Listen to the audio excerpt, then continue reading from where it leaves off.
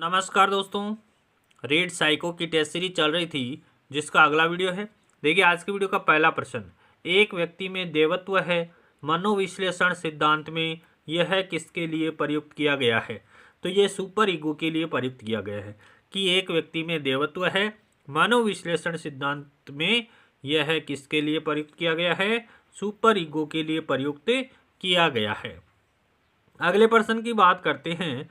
मनोविश्लेषणवादियों के अनुसार अतृप्त असामाजिक इच्छाओं का संबंध किससे है? तो इदम से है। मनोविश्लेषणवादियों के अनुसार अतृप्त असामाजिक इच्छाओं का संबंध किसके साथ है? तो इदम से है।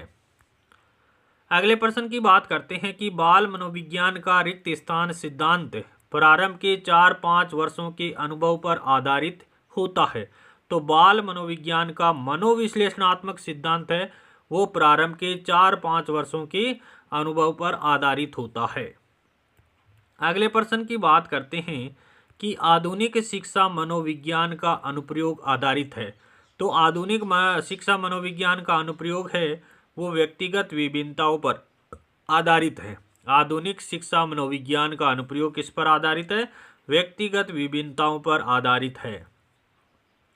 अगले प्रश्न की बात करें कि किसे किशोर मनोविज्ञान के पिता के रूप में जाना जाता है? तो स्टैनले हॉल को किशोर मनोविज्ञान के पिता के रूप में जाना जाता है। अगले प्रश्न की बात करें कि मानकीकृत परीक्षण का अर्थ है। मानकीकृत परीक्षण का क्या अर्थ है? विश्वसनीयता, वैधता और मानक, ये तीनों ही मानकीकृत परीक्षण का अर्थ है। क्या है? विश्वसनीय, वैधता और मानक। अगले प्रश्न की बात करते हैं कि शिक्षण की किंडरगार्टन पद्धति आधारित है।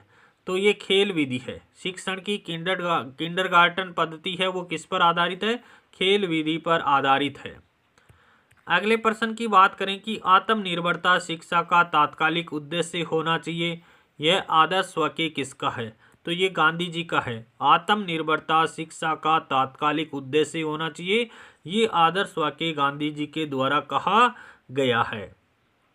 अगले प्रश्न की बात करते हैं कि बाल मनोविज्ञान का केंद्र बिंदु क्या है?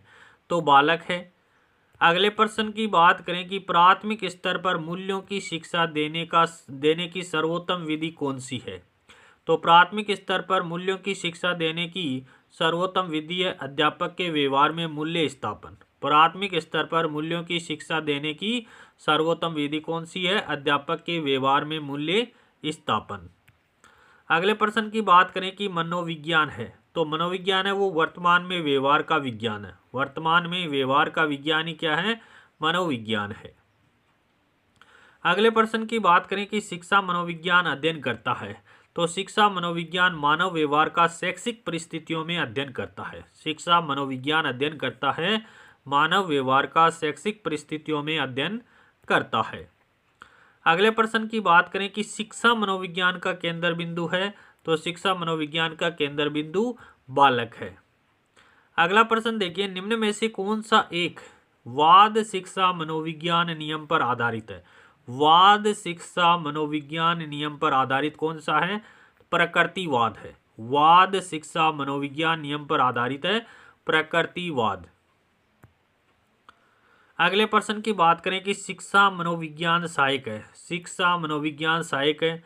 तो संपूर्ण शैक्षिक प्रक्रिया में शिक्षा मनोविज्ञान सहायक है। अगले प्रश्न की बात करते हैं कि निम्न में से शैक्षिक मनोविज्ञान का क्षेत्र नहीं है। शैक्षिक मनोविज्ञान का क्षेत्र कौन सा नहीं है? सीखने की प्रक्रिया है, मापन एवं मूल्यांकन है, पाठ्यक्रम का निर्माण है।